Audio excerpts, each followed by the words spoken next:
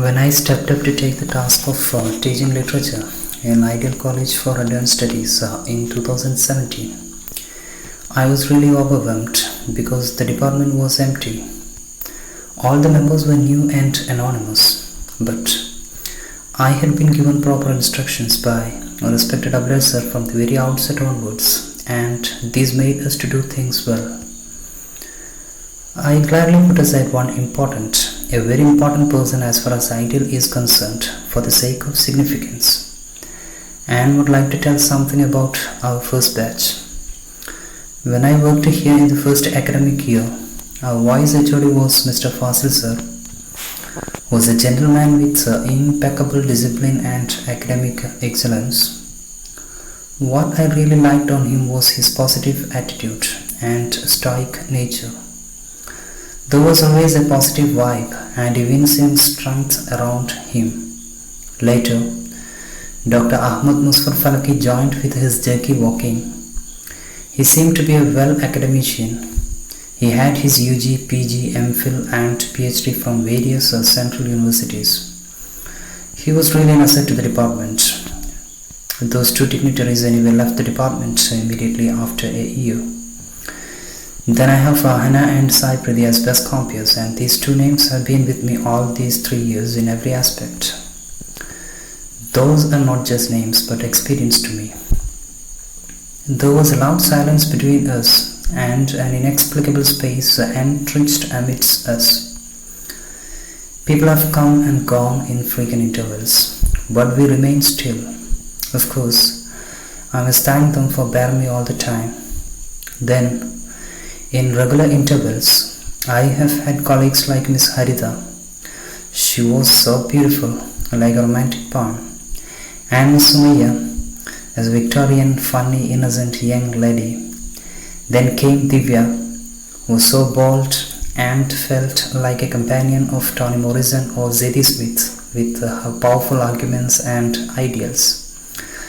I often had the impression that she stood and fought for the marginalized. I was so glad, and of course I had an immaculate jealousy when she had been awarded PhD. Then in the sequence of events, Mr. Hashir came to the department. Indubitably, he was an excellent and witty person with admirable academic brilliance. He really set a challenging academic atmosphere in the department. Moreover, personally I liked him because of his perseverance and undaunting efforts that he took in his life. And then Miss Fatima came to the department with her celestial bodies and looked like a Joka al-Harthi or an Iranian beautiful young lady. She was very bold and strong with sweet articulation. She would usually speak well about the recent trends in feminism. She was very useful to the department as she would collect academic materials for both UG and PG from various sources. When Ashita Jasmine had joined the group, things got changed a little bit. She undertook the communicative aspects of the students as she was excellent in her communication. Her proper enunciation gave me a new light on the area. Then very recently Mr. Asif and Ms. Veena joined the army. Mr. Asif was very cool. What I liked in him most was his patience in doing things. I liked his handwriting. He even took his own time to write a single name. He elaborated my perspectives of world films. He would often share classical movies and its reviews. Miss Veena was also a good addition to the department. And then Miss Anushree came at last. She was so frank to all. I don't forget her jerky head and gestures and the very detailed presentation of a paper on African literature in a departmental program. There was always an animated and animal care and affection in her conduct. She was indeed a beautiful girl with frolic character to me. She was literally a joyous, sportive girl who joined the department last year. Time does fly and we have to move. Let me count the time, but Ideal life would have been incomplete if Professor Abdul sir would not have been there. Let me say frankly, he was a great friend of mine from the moment we realized that there was love regained between us. We were best friends. One of the interesting things between us was we never felt the age gap. There was an ample space between us to speak things frankly. I often wondered how he was staying delighted all the time, even at his early 50s. What I felt about his continued state is because of his mind. He was so sociable and frank. I wonder there was always a room for severe criticism between us. We would often iron out the differences if there were any. I think we had played the role of a critic for each other. The striking point of Elisa was his simplicity. If simplicity had been deprived from him, he would have been a different person. The greatest asset of Elisa was his poignant experiences which he imbibed from abroad.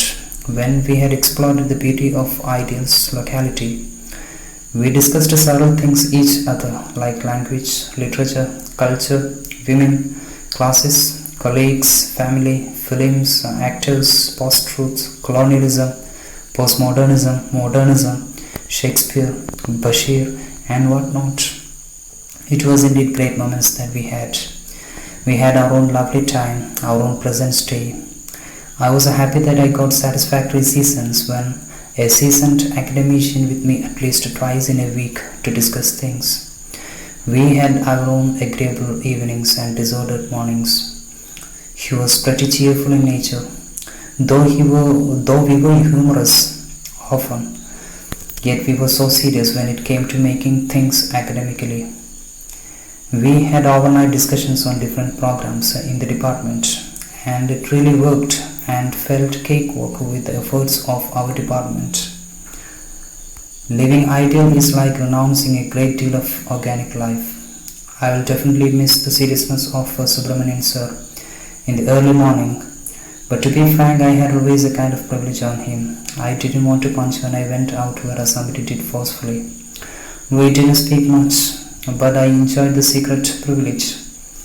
I will miss the teasing of others, the sweet suggestions of Tejil sir, the undefiled mockery of Nijanamis, the grave silence and concern of Principal sir, the inhibitions with Abler sir, the wild freedom in library and care of Amina miss, the bouncing speech of Minu Mintu, the free loud call of Shafiq sir, the welcoming of our chechis, the random advices of Yaqub Pailipuram, the money that I often borrow from Sai Preeti, the shivering glance of Anishri, the bickering of Panimis, the inexplicable joviality with the Shahinamis, and whatnot. The list is endless anyway. I'll miss my sacrificed Saturdays and Sundays. I'll miss the solitude of hostel. I'll miss the stubborn mornings and easy evenings. Moreover, I will miss my students in great deal, whom I can't state anything because if I do speak, I want it will be exotic endeavor, and I don't do that. I'll miss everything which made me happy and sad. This was my 3 wonderful, productive, commodious and pleasant years. I am awfully grateful to you all. Stay ideal, be happy. Thank you.